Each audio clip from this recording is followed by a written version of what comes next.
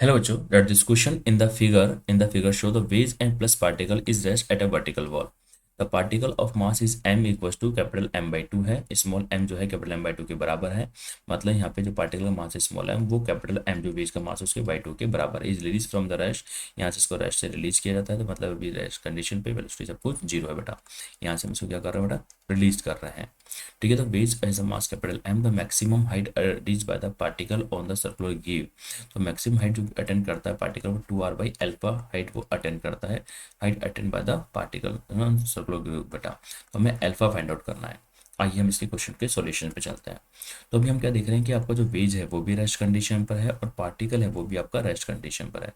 फिर इस वेज में, इस ग्रुप में जैसे आपका पार्टिकल जो है बेटा अगर वो चलना शुरू करता है बेटा मान लीजिए, और वो स्लिप होना शुरू करता है, स्लाइड करना शुरू करता है, आपका जो पार्टिकल है यहाँ पे स्लाइड होना शुरू करता है। तो जैसे यहाँ पे स्लाइड होना शुरू करेगा, स्लिप करना शुरू करेगा एम के जी का पार्टिकल, तो बेटा वो सबसे पहले कहाँ पहुंचेगा, यहाँ पे पहुंचेगा। जब से यहाँ पे पहुंचेगा तब तक उसने वेज को कोई स्पीड नहीं दी होगी, ये वेज यहाँ से वॉल पे फिक्स्ड है बेटा। अगर वॉल नहीं होती तो वेज जरूर मूव करता है, लेकिन यहाँ पे वेज वॉल है तो इसलिए यहाँ तक इसने कोई स्पीड इसको नहीं दी होगी। और यहाँ पे इसके पास जो स्पीड आई होगी वो यू स्पीड आई होगी बेटा। तो यहाँ पे जो स्पीड ऑफ पार्टिकल होगा बेटा, स्पीड या वेलोसिटी ऑफ पार्टिकल होगी है ना एट पॉइंट, इसको हम कोई नाम दे देते हैं, velocity of particle at point A, A नाम दे देते हैं बेटा। यहाँ पे हमने नाम दे दिया velocity of particle, velocity of particle, particle की जो वेलोसिटी होगी, वेलोसिटी ऑफ पार्टिकल, पार्टिकल है ना विथ रेस्पेक्ट टू वेज बेटा। यहाँ पे वेज की रेस्पेक्ट में होगी कि वेज तो आपका रेस्ट कंडीशन बेटा है, तो वेज की रेस्पेक्ट में कि वेज पे चल रहा है ना एट पॉइंट ए बेटा। Velocity of particle of with respect to wedge at point A पर बेटा।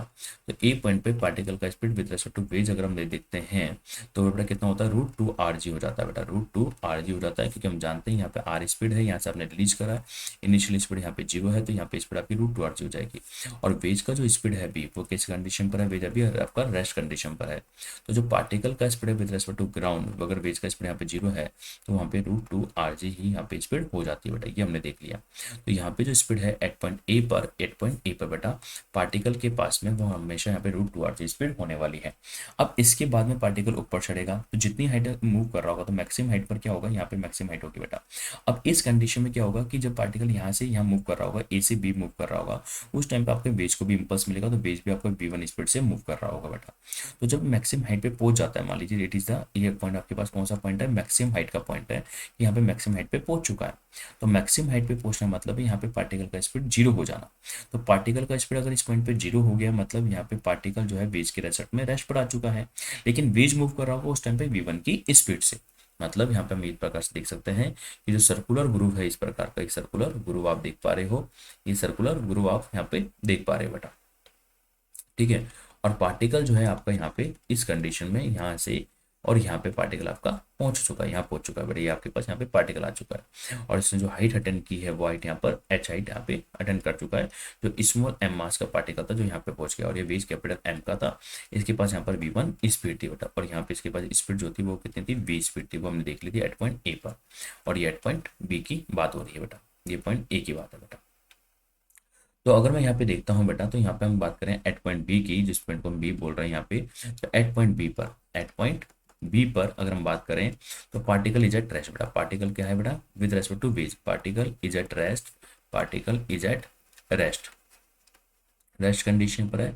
किसके रेस्ट में बेटा, विद रेस्पेक्ट टू वेज बेटा। तो वेज के रेस्ट में पार्टिकल यहाँ पे क्या है बेटा, रेस्ट कंडीशन पे आ चुका है बी पॉइंट पर।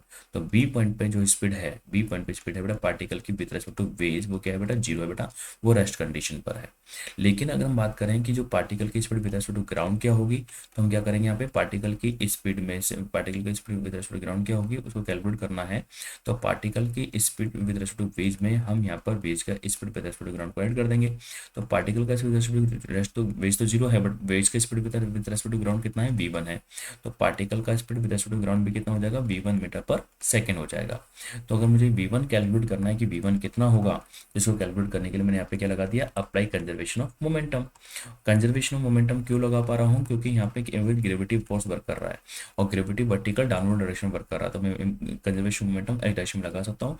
ये एक्स डायरेक्शन में कोई भी फोर्सेस नहीं है, तो अप्लाई कंजर्वेशन ऑफ मोमेंटम बेटा, apply conservation of momentum in x direction बेटा। कौन सी डायरेक्शन में लगा रहे हैं, इन एक्स डायरेक्शन में। तो डायरेक्शन लगाते हैं तो देखो ए पॉइंट पर मास m है और ए पॉइंट पे जो पार्टिकल का स्पीड है, ए पॉइंट पे अगर हम यहाँ पे मोमेंट स्पीड देखें टोटल, तो ए पॉइंट पे पार्टिकल का स्पीड कितना था, v था बेटा। और वहाँ पे वेज का स्पीड वहाँ पे 0 था। बाद में एम पार्टिकल का speed with respect to wedge with respect to ground तो v1 हो गया है, और वेज का स्पीड m है और विद रिस्पेक्ट टू ग्राउंड वो भी v1 है बेटा। ये वेज भी तो मूव कर रहा है, तो वेज का स्पीड यहाँ पे विद रिस्पेक्ट टू ग्राउंड अपन ने कितना देखा है, v1 देखा है बेटा। और हम देख रहे हैं कि पार्टिकल भी यहाँ पर विद रिस्पेक्ट टू ग्राउंड तो v1 से मूव कर रहा है, वेज के रेस्पेक्ट में रेस्ट पर आ गया है। पार्टिकल का speed with respect to wedge 0 है बट ग्राउंड के रेस्पेक्ट में v1 है बेटा। तो यहाँ से जो v1 हम देख पाते हैं वो क्या देख पाते हैं, m, और v का वैल्यू कितना है, √2rg है, जो हम ऑलरेडी कैलकुलेट कर चुके हैं। और टोटल मास यहाँ पे small m plus capital M हो जाता है। स्मॉल m का वैल्यू में हमें मालूम है कि स्मॉल m का वैल्यू हमें ऑलरेडी बता रखा है कि कैपिटल M/2 है। तो स्मॉल m की जगह हम पहले कैपिटल M/2 रख देते हैं, तो कैपिटल M/2 हमने यहाँ रखा, और यहाँ पे कैपिटल M/2 रखूंगा तो ये 3m/2 हो जाएगा, है ना। और यहाँ पे स्पीड कितनी है, √2rg है बेटा।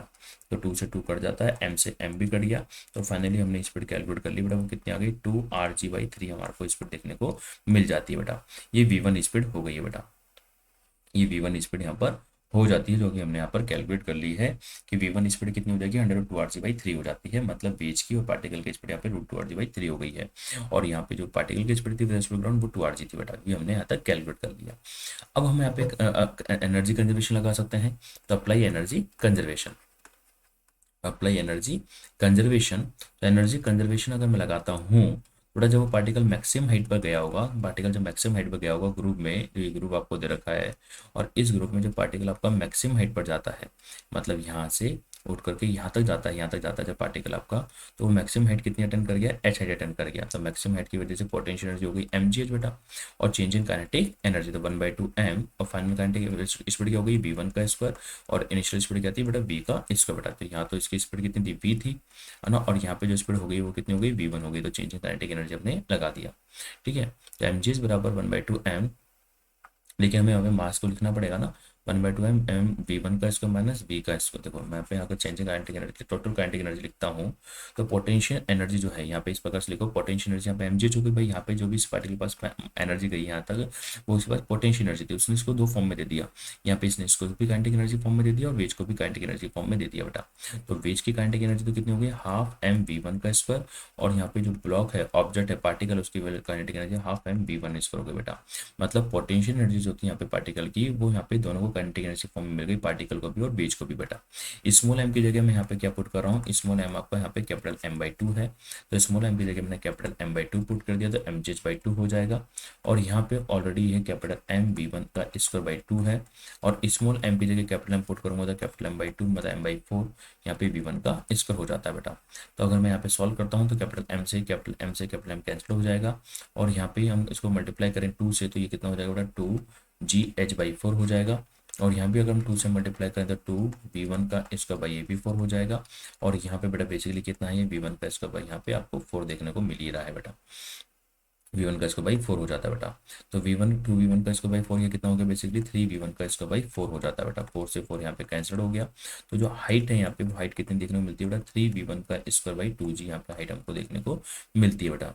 तो 3v1 का स्क्वायर अपॉन 2g, है ना। और यहाँ पे अगर मैं यहाँ पे देखो 4 से 4 को मैंने कैंसिल आउट कर दिया था, ठीक है, तो ये 3v1 का स्क्वायर 2gh हो गया। अब यहाँ पे 3, अगर मैं यहाँ पे v1 का वैल्यू पुट कर दूँ बेटा, 3v1 का स्क्वायर अपॉन 2g आपकी मैक्सिमम हाइट हो जाती है बेटा, है ना। तो मैक्सिमम हाइट कितनी होगी बेटा, 3v1 का स्क्वायर अपॉन 2g हो जाती है। और इसको मैं इक्वल करता हूँ, और 3/2g, और v1 का अगर वैल्यू देखा जाए तो बेटा v1 का वैल्यू कितना है यहाँ पे, √2rg/3 है बेटा। इसका स्क्वायर करोगे तो 2rg आ जाएगा, और 3 का स्क्वायर करोगे तो ये 9 आ जाएगा बेटा। तो देखो यहाँ पे g से g कट गया, और 2 से 2 कट जाता है, 9 से 3 काटोगे तो ये r/3 आ जाएगा बेटा। तो बेसिकली कितना आ गया, ये r/3 हमें देखने को मिलता है बेटा। कितना देखने को मिल रहा है बेटा, यहाँ पे r/3 देखने को मिल रहा है बेटा। तो हम यहाँ पे जो मैक्सिमम हाइट की हम बात कर रहे थे, तो मैक्सिमम हाइट कितनी हो जाती है, देखिए देखिए बेटा, यहाँ पे हम एक बार कैलकुलेशन अगर चेक करें तो ये स्मॉल m की जगह हमने कैपिटल M/2 किया तो M/2 हो गया। यहाँ पे जब स्मॉल m, ये कैपिटल M/2 है, बट यहाँ पे जब स्मॉल m की जगह कैपिटल M/2 किया तो ये M/4 हो जाता है। देखिए बेटा, हमने यहाँ तक कर लिया बेटा, ये बट हमने यहाँ पे फाइनल काइनेटिक एनर्जी लिखी बेटा, यहाँ पे हमने माइनस करके इनिशियल काइनेटिक एनर्जी को नहीं लिखा है बेटा। तो बेटा इनिशियल काइनेटिक एनर्जी माइनस करनी पड़ेगी भाई, पोटेंशियल एनर्जी जो हो रही है वो चेंज काइनेटिक एनर्जी बड़ी, यहाँ पे जो पोटेंशियल एनर्जी मिली है वो किस में गई है बेटा, वो टोटल काइनेटिक एनर्जी में चेंज के बराबर हो गई, तो माइनस हाफ एम वी इसको भी करना पड़ेगा। तो यहाँ पे 1/2 स्मॉल एम किसके बराबर है, कैपिटल M/2 के बराबर है, और यहाँ पे किसके बराबर होगा बेटा, वो वी के स्क्वायर के बराबर होगा। तो यहाँ पे आपको चेंज इन काइनेटिक एनर्जी की टर्म्स को भी लेके चलना होगा बेटा। तो यहाँ पे आपको मैक्सिमम हाइट कैलकुलेट करने के लिए चेंज इन काइनेटिक एनर्जी लिखना था वहाँ पे, तो अपने फाइनल काइनेटिक एनर्जी लिखा है, इनिशियल काइनेटिक एनर्जी भी लिखना पड़ेगा माइनस करके बेटा।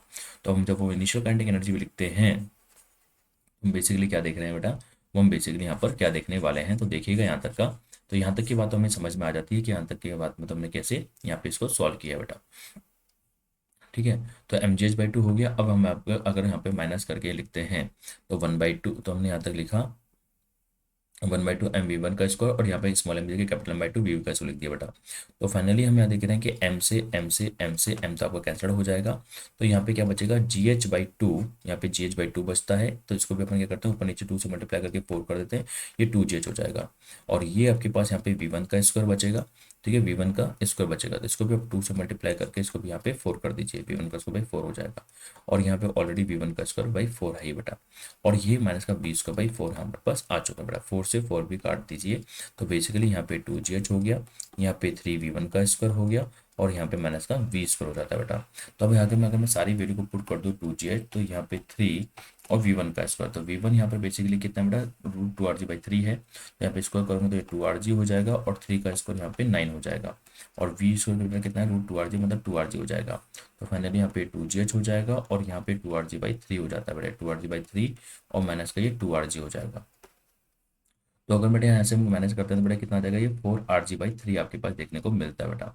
तो जी से जी आपका कैंसल्ड हो जाएगा, और 2 से 4 को काटते हो तो यहाँ पे कितना आ जाएगा, 2 आ जाएगा। तो जो maximum height attain bye the particle है बेटा, यहाँ पे हम देख पा रहे हैं एच जो है वो बेटे कितना आ गया, 2r/3 आ गया, और हमें बोला है कि maximum height attain bye the particle कितना है, 2r/अल्फा है। अगर मैं इसको कंपेयर करता हूँ तो यहाँ से जो अल्फा का वैल्यू मुझे देखने को मिल रहा है, वो अल्फा का वैल्यू कितना देखने को मिल रहा है बेटा, 3 देखने को मिल रहा है, और यही मेरे से पूछा गया था बेटा। तो यहाँ पे हमने क्या करा, जो पोटेंशियल एनर्जी है बेटा वो किस में फॉर्म में कन्वर्ट हो गई, भाई यहाँ पे क्या थी, पोटेंशियल प्लस काइनेटिक दोनों थी। भाई यहाँ पे क्या थी, भाई इसके पास केवल काइनेटिक एनर्जी थी, केवल काइनेटिक एनर्जी थी। और जब ये मैक्सिमम हाइट पर गया तो यहाँ पे इसके पास कौन सी एनर्जी है, पोटेंशियल एनर्जी भी है, और इसके पास में कौन सी एनर्जी है, काइनेटिक एनर्जी भी है पूरे सिस्टम के पास में। तो हमने यहाँ पे क्या करा, जो पोटेंशियल एनर्जी है इसको हम किसी बराबर कर दिया, हमने यहाँ पे चेंज इन काइनेटिक एनर्जी के बराबर उसको लिख दिया बेटा, और एनर्जी लॉस हुई होगी, तो हमने क्या करा, इस एनर्जी में से हमने इस एनर्जी को माइनस करके लिख दिया बेटा। इस प्रकार से एनर्जी कंजर्वेशन समझ लीजिए, हमने एनर्जी कंजर्वेशन लगा दिया, ये इनिशियल पोटेंशियल एनर्जी बेटा, तो हमने इनिशियल काइनेटिक एनर्जी और उसको यहाँ पे इसको आकर माइनस कर दिया बेटा। तो हम यहाँ पे क्या देख पाते हैं, जो maximum height bye the particle होगा 2r/अल्फा, वो अल्फा का वैल्यू यहाँ पे 3 हो जाता है बेटा। ओके, और यहाँ पे एनर्जी क्या होगी, धीरे धीरे लॉस हुई है, कम हुई है, डिक्रीज हुई है। ठीक है, इसलिए हमने यहाँ पर के लिए लिख पाए बेटा, पोटेंशियल एनर्जी जो है आपकी, है ना, या फिर work done by all the forces. आप यहाँ पे एक बात ये भी समझ सकते हैं, मैंने यहाँ पे इस तरीके से कंसेप्ट लगा दिया कि work done by all the forces change in kinetic energy के बराबर होता है बेटा। ठीक है ना, इस प्रकार से लगा दिया बेटा। तो ग्रेविटी की वजह से जो बर्डन हो रहा है वो कितना हो गया, mgh हो गया है, और फाइनल काइनेटिक एनर्जी में से इनिशियल काइनेटिक एनर्जी को अपन ने माइनस कर दिया है। तो सॉल्व करने पर हम मैक्सिमम हाइट क्या अटेंड कर पाते हैं, 2r/3 मतलब 2r/अल्फा, अल्फा का वैल्यू कितना हो जाएगा, 3 हो जाता है। ओके बेटा, तो अल्फा का वैल्यू पूछा गया था जो कितना होगा, 3 होगा। ओके बेटा, थैंक यू।